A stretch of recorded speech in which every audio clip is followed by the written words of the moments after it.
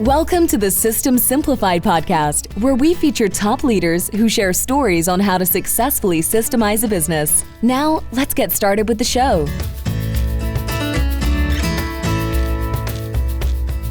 Hello, I'm Klevit here, the host of the System Simplified podcast, where I feature top founders, entrepreneurs, and thought leaders about systematizing a business.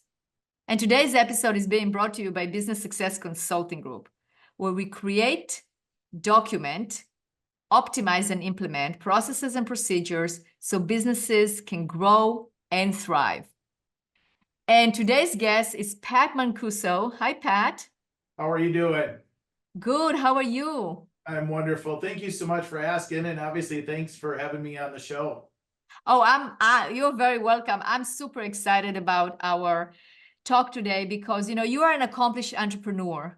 And I think you started 6 businesses and Yes. You sold them because you wanted to gain freedom, which is what a lot of entrepreneurs want. But there were some mistakes along the way that you obviously learned from them, and you're going to share them today in the hope that the entrepreneurs that are listening to us today are not going to make those mistakes. Mistakes that cost you actually like a 7-figure mistake. That's quite a mistake. Yes. And now you help businesses avoid that mistake and work with business owners so they don't make those mistakes. But we do our best. We do our best. Absolutely. Yes. But before we jump into it, I want to give a big shout out to Jeremy Wise, who connected us. And so thank you, Jeremy, from Rise 25.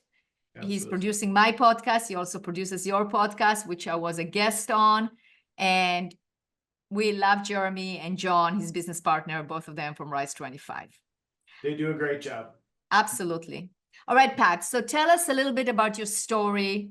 I know you started when you were a kid, you worked as a newspaper, in your childhood, basically working the newspaper route, when newspapers were actually delivered and not just arrived at our phones. So You started your career there, but then what happened? Tell us about the 6 businesses, the sale, Sure. the mistakes, and then let's talk about the lessons. Sure. Well, first of all, we actually still do get the newspaper delivered at our home because I like to have the hard copy of something to read and in my hand. But yeah, I started out as like most kids do. You want to make money so you can do stuff and have stuff and buy stuff and I started with a paper route and then we had 3 paper routes and then we had to sell into the areas to create more revenue. And so I really started very young. It was exciting. And, I was making a pretty significant sum of money in my late teens and early 20s because of the opportunities that I had. And I stumbled into real estate. Real estate is really where I started. I have to thank an individual who I met through an acquaintance, and he actually sold me my first house in 1987 when house prices were considerably less than they are now. However, he was a great real estate agent. He still does real estate today. And what's interesting is he still does real estate today the way he did it back then, in that it's about relationship building. And so I bought my first house. I was in property management already. I thought I wanted to be an accountant. Thank heavens, no disrespect to any accountants out there, CPAs, but I thought I wanted to be a CPA and own a CPA firm. And so I went to college for 10 years because I had multiple gyrations of what I wanted to do. But at the end of the day, I really knew what I wanted to do, and that was be an entrepreneur and not work for anyone else. And so after taking that journey through college and through thinking I wanted to be a CPA, I stumbled into real estate. I basically called up the gentleman who sold me our first house and said, hey, I'm thinking about getting into real estate. And about 6 months later, I entered real estate. I was very fortunate, very blessed that I worked for one of the largest independent real estate brokers in the country at the time. That's where I started my career. They had a great training program. They were one of the 2 largest in our metro area. And I had success, early. And that basically pole vaulted me into a leadership position, which is usually how it happens. And so I had a successful, what we would call a mega agent team, and then a successful leadership opportunity. And then In 1999, somebody approached me with an opportunity to join an expanding, growing franchise that nobody knew about, and that was Keller Williams Realty. And Keller Williams was in Austin, Texas. At the time, they had about 8,000 agents, less than 200 offices across the country. They weren't on anybody's radar, to be frank with you. In fact, when we launched our first real estate brokerage in 2002, because it took us a couple of years to decide to do it, when we launched our first brokerage in this market, we got confused with the paint company Sherwin-Williams versus Keller Williams. So we had a little bit of work to do, but that's really what started me into our trajectory to into entrepreneurship. That was beyond just me and running a real estate team. Great. And then what happened? Well, what happened was some amazing stuff, and then some not so amazing stuff. And the amazing stuff was I was the leader of a group of 7 other investors who came together. Nice people. I didn't know a lot about most of them. I wish I would have known more in the beginning, and we'll talk about how that's really fostered what we do today. But we had amazing trajectory. We went from basically 11 agents in day one to just short of 800 agents in 4 years. We had nearly, in those 6 franchises that we owned, nearly $1 billion worth of sales volume after 6 years. Now, that's not $1 billion of revenue, but $1 billion in sales volume, which is millions in revenue. We had a mortgage company, we had a title company. So we had a lot of success. Unfortunately, in any business, particularly when you have more than one partner, and maybe you don't know everything you need to know about the partners. Maybe you didn't all decide in the beginning how would certain things be handled, what decisions would be made, what accountability and responsibilities are important.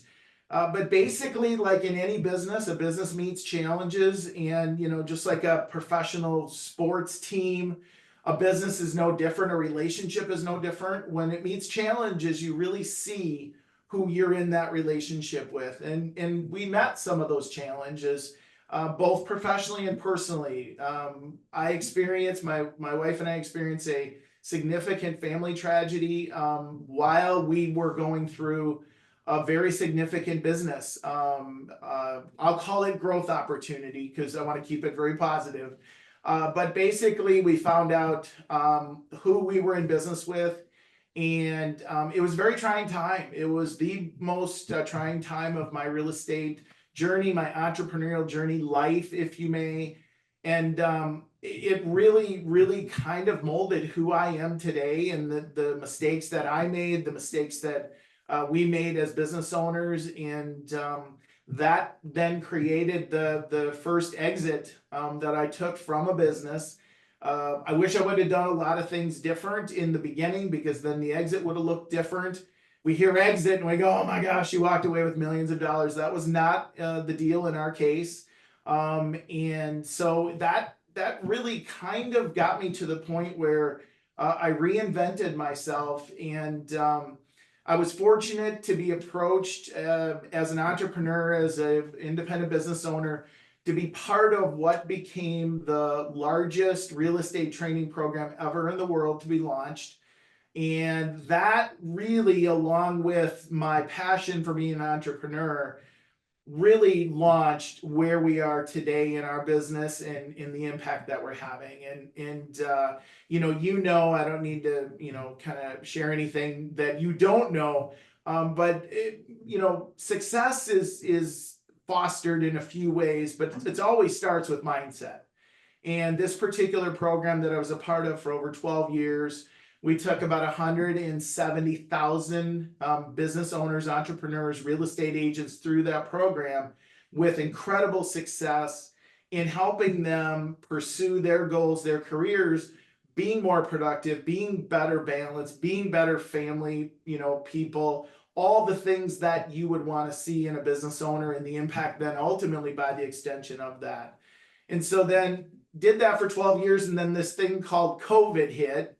And we just amazingly pivoted at that point, and from basically 2021 to the end of 2023, we helped over 800 business owners, and an opportunity to help them grow their businesses, both in consulting and in tax mitigation, setting up their businesses properly for asset protection, and really it kind of brought everything together for me in what I had been doing in my entire entrepreneurial career. Amazing. So what, if you had to summarize, what are some of the key mistakes that you see, that you did, that you made, or you see also other entrepreneurs make, so they're aware of it? What would that be if you had to summarize it? Well, I think the biggest one, and we made it, and we work with companies who make them as well. We want to catch them early, but our belief is, in our proprietary system that we bring into organizations, is a behavioral based system in terms of leadership and hiring, job performance. In other words, very simply this: as human beings, we all can do anything at any given time that we kind of push ourselves to. So I always use the analogy: if somebody's driving down the road and they see this just happened in the Twin Cities not too long ago. There was a gentleman who went off the highway, he hit a light pole, his car starts on fire. Now, this was on a major freeway, about 8 people stopped. They thankfully get him out of the car before the car burns up, basically blows up. Now, if you interviewed a portion of those people, they could have never seen themselves doing something like that. But what happens is they can do that for a period of time, but they probably can't do it for a long period of time and have comfort in their job. So one of the things that we do is we help organizations understand who is the individual that's sitting across from the table from them. What is their trajectory? What is their preferred, we call it their comfort zone in their job opportunity? Because if we put people in the right behavioral zone, they do it with a lot of comfort, and therefore they're happier, they're more satisfied, and they highly perform. Yet by the opposite, if a company doesn't have a system, and I have to share with you, most entrepreneurial companies don't have a system. And we didn't have this system when we first brought our real estate group together as investors, because if we would have implemented this system at the time, and maybe we wouldn't have been in the same relationships. Maybe instead of the group of people maybe there would have only been 3 or 2, or maybe there would have just been 1. And it doesn't make them bad people. I always say this: behavior is not bad or good, right or wrong. It just is. Now, is there behavioral choices people make, like to rob a bank? Is that wrong? Yes, absolutely. But that's a moral choice. That's not a behavioral choice. And so what happens is that a lot of companies put people in roles entrepreneurially. Best example I can give you is 2 people are sitting around a fire one night, and they come up with this idea for a vodka, and they go into business together, and yet they really truly don't understand who it is they're getting into business with and what maybe their ideal roles are. And sometimes you can't really address that in the beginning because you're bootstrapping a company, but eventually those rubbers are going to meet the road, where you got a CEO in the CEO role who isn't the best CEO. It doesn't make him a bad individual. So that mistake of not having a system, and I truly mean a system, like you live and you breathe by it in terms of hiring, in terms of selecting. We are all about systems. So I agree with you. Like, one of the mistakes entrepreneurs they make is that they don't have a system for hiring, that it's based on ideas or concepts, but that you have to actually systematize it. I agree. You have to have a systematic way for hiring. You have a systematic way of evaluating if the person is the right person for the right seat. I agree with you 100%, for sure. What other mistakes do you see entrepreneurs make? Well, so I'm gonna just add one more piece on the hiring. It's not just about the hiring. It's about what happens after you make the hire. It's how are they trained? And I'll give you the second mistake kind of tying into this. So I have a client right now, a consulting client we've had for about 3 years. And the two individual co-founders are amazing individuals. They're entrepreneurs. And, you know, they've gone to the School of Hard Knocks. And when I first met them, there were three of them. After doing an organizational assessment with them in my conference rooms here in the Twin Cities, I went to the two co-founders who were the major two co-founders. And I said, guys, you can take this for what it's worth, but you can't be in business with the third individual. Now, ironically, the third individual was the individual who brought me to the table, but there was no way that those three individuals would have worked together long term, and there was already signs of that. So what with that organization, one of the things that's happened is they've made great hires, but they didn't have a system for accountability. They didn't have a system for training. And so what has happened is that we've had to reshore that up because their revenue was now being challenged because they weren't seeing the sales results. They weren't seeing the upgrade results. And so what happens is that the second biggest mistake I see companies make all the time is they're not keeping an eye on their numbers. And I don't just mean their P&L. This is something I'm super passionate about, and we've got things in our organization to roll out, or not that we're rolling out, we've rolled out and we'll continue to roll out. But if I don't know what my exit strategy is, and most people go, well, I have no idea when I'm going to exit. That's okay. By the way, that's okay. But if you don't know where your target is, it's like me being in Minnesota and saying I'm going to go to Florida, but I don't put an address in the GPS to go to Florida, I likely never arrive in Florida. Well, a P&L is only one part of the process. A balance sheet is important to understand your equity position. And then the most important is your cash flow statement. And right now, this time of the year, what happens, biggest mistake businesses make is, again, no disrespect to CPAs or people who will be listening to this, but many times business owners are not getting the advice this time of the year with an understanding of what 2025 is going to look like in terms of cash flow. So they might say, well, I've got $300,000 of adjusted gross income in my business. What do I need to do to reduce my tax mitigation? And they're told, go out and buy equipment because you can depreciate it. Well, that may or may not be the right answer, but I can assure you it's an answer that's in the dark if there's not a process to look at their business and their sales and their cash flow 6 to 12 months out, because there are stories, and I know many of them. Companies were told to go buy equipment or go do this or go do that, and 3 or 4 months into the first part of the year, they have no cash and they need to go borrow it. And they got equipment sitting there that maybe they didn't need to buy because their sales weren't in line with the new equipment. So the second biggest mistake I see business owners make is they just don't understand the numbers of their business. They're not paying attention to them. They don't understand what they are long term. Third, sales. Sales 101, okay? If I don't have a model for my sales, for my lead generation, for my funnel, for my conversion, for my lead follow-up, if I don't have a process to measure my ROI on my marketing, how do I know I'm going to ever get to where I want to get to? Or is it maybe just okay that I make $50,000 or $100,000 a year as an operator and I'm working 80 hours a week? And by the way, if that's an operator's deal, that's cool. But if it's their deal and they want to make 100,000, then they shouldn't be working 80 hours a week, and lies another opportunity. So those are the three big mistakes I see most businesses make.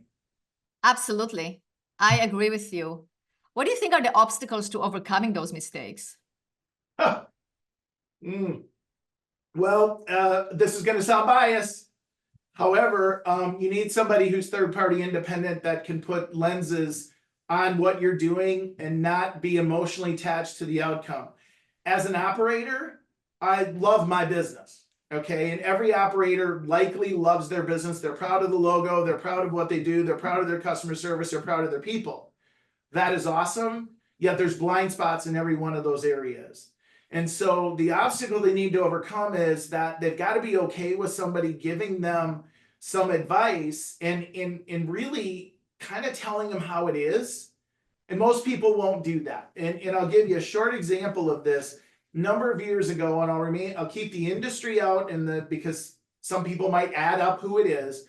But I had a local CEO in a conference room, in my conference room, and we went through what we do. We call it an organizational assessment. We spent a couple days in the conference room, and basically no cell phones, no computers, no nothing. All we do is look at that company from 360. We look everything, including the CEO.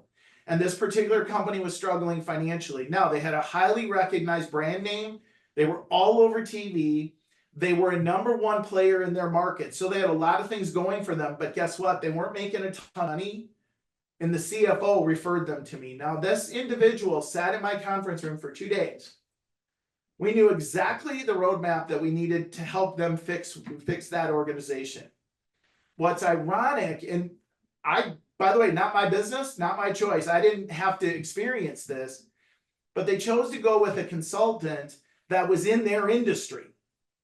Now, I want you to think about that for a second. Instead of getting somebody outside the industry who's got an overall business perspective, they chose somebody in the industry who told them what they wanted to hear. 6 months later, they filed bankruptcy. So the fact of the matter is you've got to have people around you who are willing to tell you what you need to hear, you don't want to hear. But if you don't hear it, you're going to continue to go down the path likely that you're going down, and that's not going to get you. I mean, bankruptcy wasn't at all what this individual wanted. I know that. That makes total sense. Absolutely. All right, Pat. So if people want to get a hold of you, what's the best way of getting a hold of you? So our website, our company website is Mancuso, Mancuso, CG.com. That's our website. But we actually have an offer where I offer what we call the Mancuso method to a business owner. We've created this proprietary series of 10 questions that touch on all parts of their business. And when they go and they take that assessment, they'll get a report on the spot of a priority list based upon what they supplied as the information of the gaps in their business, the strong points and then the weaknesses. Then at that point, if they want to jump on a call with me for 30 to 45 minutes, we guarantee when they jump on that call, we can provide them $10,000 or more of value, either top line, bottom line, or both. And if we don't, we'll write them a check for $500 on the spot. That's how confident we are in the impact that we can have on a business owner. Whether they ever move forward with us, they're going to get a model to see where they're at in their business and create a priority list. And they don't need to talk to me to get the priority list. Once they submit that information, it'll create it for them. And then they have an opportunity to schedule a call, a consulting call. And obviously, as you do, I know you do, we charge thousands of dollars for what we do. And so we're excited to talk to business owners. So they can take that assessment at the Mancuso, Mancuso method.com, the MancusoMethod.com. Answer 10 questions, takes them probably all of 10 minutes, but I guarantee you it'll be worth their time. Absolutely. And I'm going to include the link for that assessment in the show notes so our listeners can take it. That'd be awesome. We would certainly be excited for that. That's awesome. Pat, it's been a pleasure having you on this podcast. You're so knowledgeable, and definitely you hit on the exact spots that entrepreneurs make mistakes. And I know that people resonated with it. It resonated with people and that they are going to reach out. So thank you so much for being a guest on this podcast. Well, thank you for having us. And you know, we certainly follow what you're doing, and you know, systems are incredibly important. And so we appreciate you taking the time to hear our story as well. So thank you so much. You're very welcome. Thank you.